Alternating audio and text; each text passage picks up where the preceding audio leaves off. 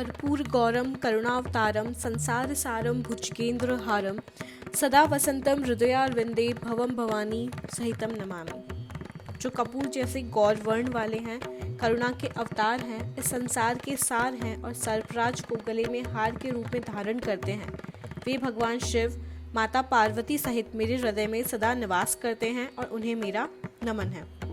Hello friends, welcome to my YouTube channel story time with Riya और मैं हूँ आपकी रिया। भगवान शिव तुरंत और तत्काल प्रसन्न होने वाले देवता हैं, इसलिए उन्हें आशुतोष कहा जाता है। आइए जानते हैं भगवान शिव को प्रिय ऐसी 11 सामग्रियाँ जो अर्पित करने से भोलेनाथ हर कामना पूरी करते हैं। सबसे पहले जल। शिव पुराण में कहा गया है कि भगवान शिव स्वयं ही जल हैं। शिव पर जल चढ़ाने का महत्व भी समुद्र मंथन की कथा से जुड़ा है। अग्नि के समान विष पीने के बाद शिव का कंठ एकदम नीला पड़ गया था। विष की उष्णता को शांत करके शिव को शीतलता प्रदान करने के लिए समस्त देवी देवताओं ने उन्हें जल अर्पित किया था, इसीलिए शिव पूजा में जल का विशेष महत्व है। बेलपत्र। भगवान के 3 नेत्रों का प्रतीक है बेलपत्र, अतः 3 पत्तियों वाला बेलपत्र शिव जी को अत्यंत प्रिय है। प्रभु आशुतोष के पूजन में अभिषेक व बेलपत्र का प्रथम स्थान है। ऋषियों ने कहा है कि बेलपत्र भोले भंडारी को चढ़ाना एवं 1 करोड़ कन्याओं के कन्यादान का फल एक समान है। भांग।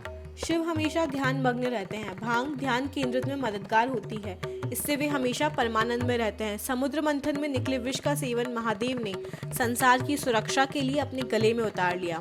भगवान को औषधि स्वरूप भांग दी गई, लेकिन प्रभु ने हर कड़वाहट और नकारात्मकता को आत्मसात किया, इसलिए भांग भी उन्हें प्रिय है। भगवान शिव को इस बात के लिए भी जाना जाता है कि संसार में व्याप्त हर बुराई और हर नकारात्मक चीज़ को अपने भीतर ग्रहण कर लेते हैं और अपने भक्तों की रक्षा करते हैं।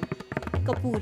भगवान शिव का प्रिय मंत्र है कर्पूर गौरम करुणावतारम, यानी जो कपूर के समान उज्जवल है। कपूर की सुगंध वातावरण को शुद्ध और पवित्र बनाती है। भगवान भोलेनाथ को इस महक से प्यार है, अतः कपूर शिव पूजन में अनिवार्य है। दूध। श्रावण मास में दूध का सेवन निषेध है। दूध इस मास में स्वास्थ्य के लिए गुणकारी के बजाय हानिकारक हो जाता है, इसलिए सावन मास में दूध का सेवन न करते हुए उसे शिव जी को अर्पित करने का विधान बताया गया है। चावल। चावल को अक्षत भी कहा जाता है। अक्षत का अर्थ होता है जो ना टूटा हुआ हो। इसका रंग सफेद होता है।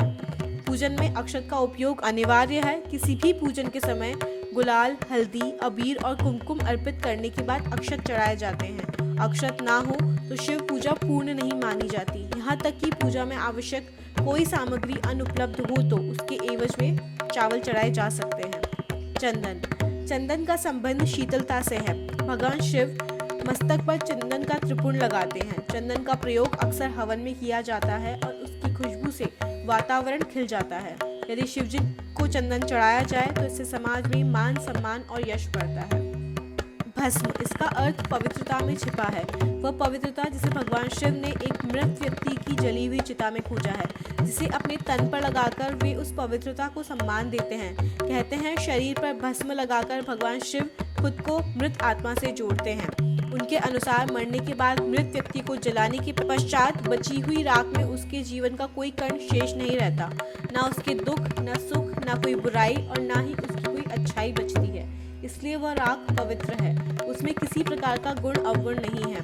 ऐसी राख को भगवान शिव अपने तन पर लगाकर सम्मानित करते हैं। एक कथा यह भी है कि पत्नी सती ने जब स्वयं को अग्नि के हवाले कर दिया तो क्रोधित शिव ने उनकी भस्म को अपनी पत्नी की आखिरी निशानी मानते हुए तन पर लगा लिया, ताकि सती भस्म के कणों के जरिए हमेशा उनके साथ ही रहे। रुद्राक्ष। भगवान शिव ने रुद्राक्ष उत्पत्ति की कथा पार्वती जी से कही है। एक समय भगवान शिव जी ने 1000 वर्ष तक समाधि लगाई। समाधि पूर्ण होने पर जब उनका मन बाहरी जगत में आया, तब जगत के कल्याण की कामना वाले महादेव ने अपनी आंख बंद की। तभी उनके नेत्र से जल के बिंदु पृथ्वी पर गिरे। उन्हीं से रुद्राक्ष के वृक्ष उत्पन्न हुए और वे शिव जी की इच्छा से भक्तों के हित के लिए समग्र देश में फैल गए। उन वृक्षों पर जो फल लगते हैं वे ही रुद्राक्ष है। धतूरा। भगवान शिव को धतूरा भी अत्यंत प्रिय है। इसके पीछे पुराणों में जहाँ धार्मिक कारण बताया गया है, वहीं इसका वैज्ञानिक आधार भी है। भगवान शिव जो कैलाश पर्वत पर रहते हैं, वह अत्यंत ठंडा क्षेत्र है। वहाँ जहाँ ऐसे आहार और औषधि की जरूरत होती है जो शरीर को गर्मी प्रदान करें।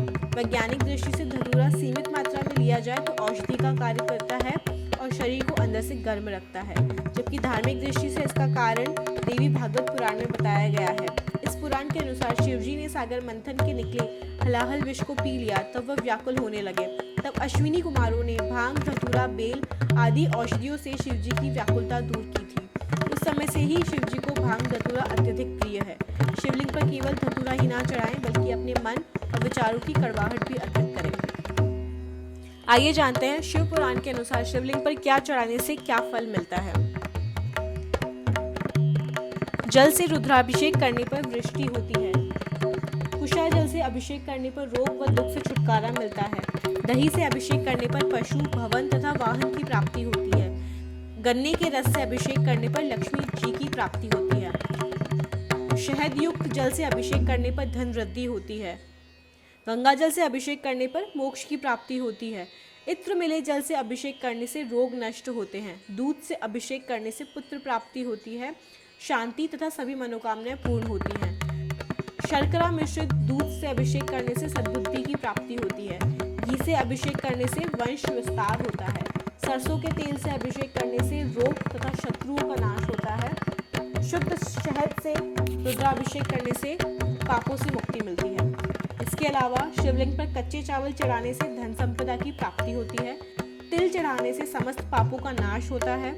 जौ चढ़ाने से लंबे समय से चली आ रही परेशानियां दूर होती हैं। शिवलिंग पर गेहूं चढ़ाने से सुयोग्य पुत्र की प्राप्ति होती है। शिवलिंग पर जल चढ़ाने से परिवार के किसी सदस्य का तेज बुखार कम हो जाने की मान्यता है। शिवलिंग पर दूध में चीनी मिलाकर चढ़ाने से बच्चों का मस्तिष्क तेज होता है। शिवलिंग पर आंकड़े के फूल चढ़ाने से सांसारिक बाधाओं से मुक्ति मिलती है और मोक्ष की प्राप्ति होती है। हर सावन सोमवार उपरोक्त दिए गए उपाय यदि आप हर सावन सोमवार या पूरे सावन में करते हैं तो आपको उचित फल की प्राप्ति होती है और आपको अत्यंत लाभ मिलेगा। ऐसी ही इंटरेस्टिंग और आध्यात्मिक जानकारी के लिए जुड़े रहें मेरे चैनल से स्टोरी टाइम विद रिया। और आपके कमेंट्स और लाइक्स वेलकम है। इस चैनल को सब्सक्राइब करना ना भूलें।